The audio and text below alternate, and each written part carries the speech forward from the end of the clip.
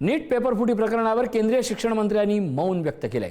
केंद्रीय शिक्षण मंत्री धर्मेंद्र प्रधान यांनी बोलणं टाळलंय। पेपरफुटीबाबत एकाही प्रश्नाचं उत्तर त्यांनी दिलेलं नाहीये।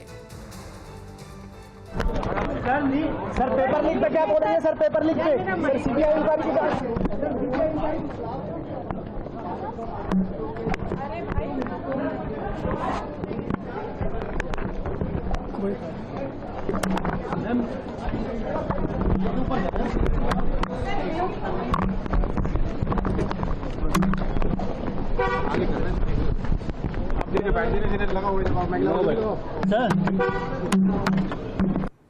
सत्ताधारी गप्प तर विरोधक आक्रमक। नीट पेपरफुटीवरून राहुल गांधींनी आता सरकारला टोला लगावलाय। भ्रष्ट भाजप व्यवस्थेनं 22 लाखाहून अधिक विद्यार्थ्यांची स्वप्न चिरडून टाकली आहे।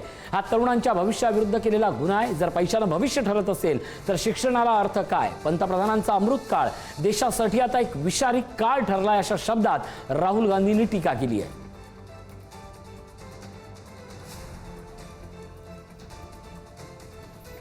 राहुल गांधी यांनी या सगळ्या पेपरफुटी प्रकरणावरनं देशातील 22 लाखांच्या परीक्षेचं भविष्य काय अशा शब्दात टीका करताना पंतप्रधानांच्या अमृत काळावर राजकीय टीका टिप्पणी केली आहे। नीट पेपरफुटीवरून राहुल गांधी हे चांगलेच आक्रमक झाले आहेत। या भ्रष्ट व्यवस्थेनं 22 लाखाहून अधिक तरुणांची स्वप्न चिरडली आहेत, अशा शब्दात आपली भूमिका मांडली आहे।